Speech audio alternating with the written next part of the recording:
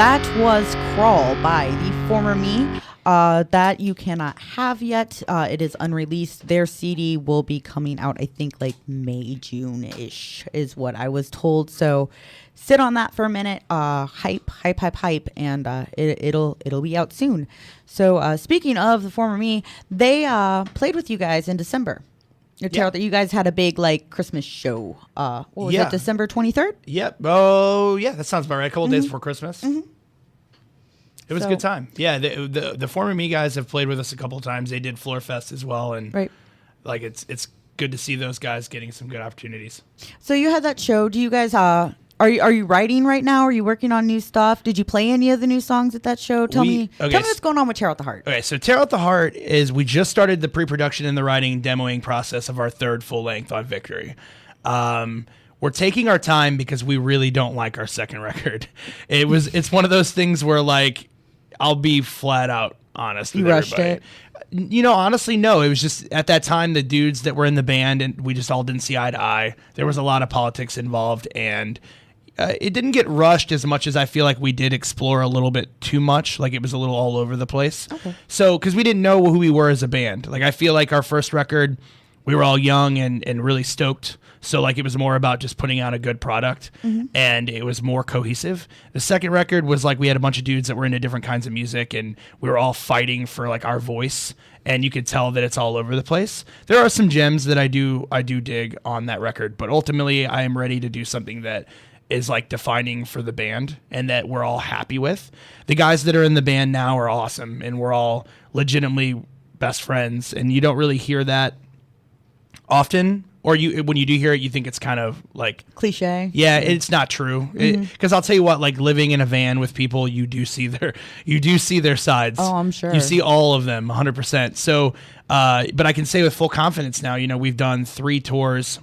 We've seen the country, I'd say, almost 2 times full with this lineup, and everybody's on the same page. And we went up to Ohio last week to work with the guy that engineered our first record, Violence.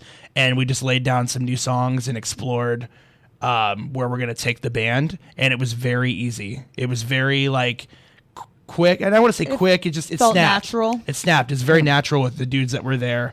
And I'm very stoked on this lineup and the future. For sure. You're in pre-production for the record. We're going to be recording the full length, I would say, at very latest May. How long does you've done 2 records beforehand, like label? What's that process? How long does it? I mean, I know there's not any like set time, but what is that process like? Because I know you have to go in, you work with the producer engineer that has to be mastered. Like, how long does that usually take? Well, usually I would say about a month before we go into the studio. Josh and now our guitar player Alex they're sending demos back and forth. I will say this band would not exist at all if it wasn't for modern technology, because a lot of the music is written and orchestrated before it is rehearsed. Right. Which a lot of people don't realize. They're like, what do you mean you have to learn the record? Like that's a big thing. Is like after you record the record, you got to learn it as a group. And so I would say about a month out, that'll happen. The demos will start coming to me, and I'll start putting together the lyrics and the vocal melodies. And then we enter the studio and work in track for about 3 weeks, maybe 4. It depends on the project and how many. I think the last record took 6, which is, like I said, it was just a crazy experience. So yeah, typically I'd say in a perfect world, you're gone about 3 weeks. You leave, and then you'll send off the mixes to get mixed and mastered by whoever, whether it's the producer or somebody entirely different, and that'll take about a month. And then the record label wants to take about 3 months to push and promote. Which is important. Yes. Hype is everything. Yeah, 100%. And it could work really well for you, or it could backfire, because last time our record leaked early because it was pushed back so many times. And I'll take a second too to explain to people how much that sucks. Oh no, it's got you. But please do, as a personal experience. As we said earlier in the show before you got here, what was it, like a smallish to mid-level band? I guess it was like, we're kind of big, we're kind of not.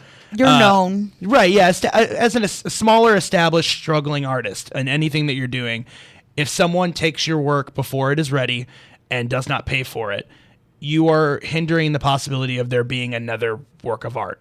Now, the fact that we are a band that is doomed and cursed and used to these problems. Right. It was just another uphill battle, and we did push through it. It did take a long time, which is why a lot of people are like, yo, your last record came out 2 years ago. Where is it at? And I just want to be like, well, you stole it first and foremost. Right. And then, there's been a lot of other internal problems, but getting it worked out. And, then the record label wants to hype it for about 3 months. And that's when singles and music videos start to drop. And then. So you're looking at probably like fall, winter, maybe? Now, yeah. Unfortunately, we always put records. That's okay. Yeah. I wanted to do a summer record. Like I really did, because we've toured in the winter and we've done the fall.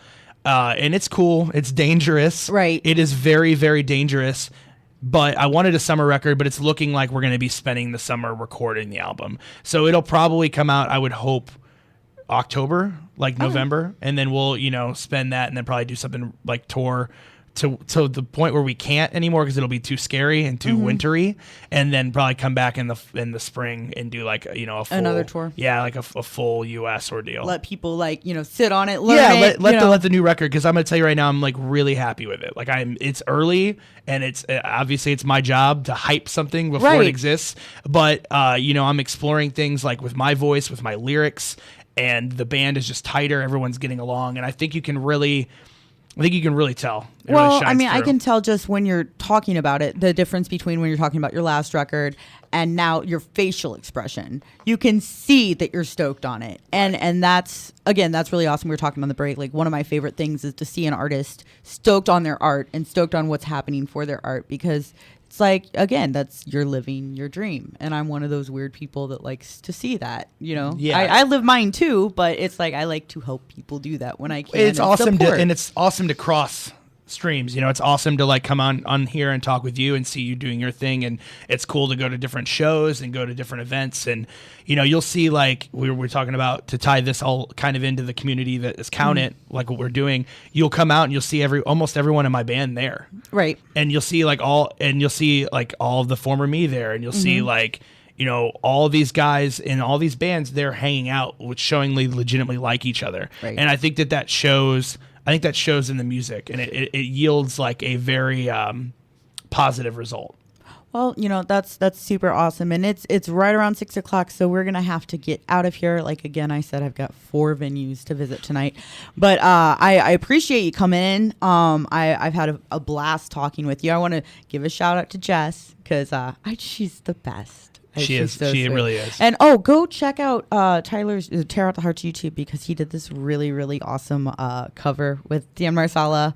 Yeah. From Story, and a cover of Demi Lovato. If you just look up my name, you'll find it on YouTube. It's really cool. It's interesting. He did it for her. I'm not even gonna go into your whole story, but like, if I ever find somebody, I'll come back. If I ever find somebody that I click with the way you guys click, then my life will be complete.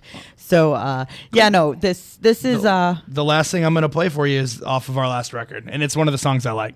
It's one of the ones you like? One of the ones I like. So the song's called Feel Real, and it's off our record Dead Everywhere. And that's on Spotify and wherever digital media is sold. Absolutely. Thanks.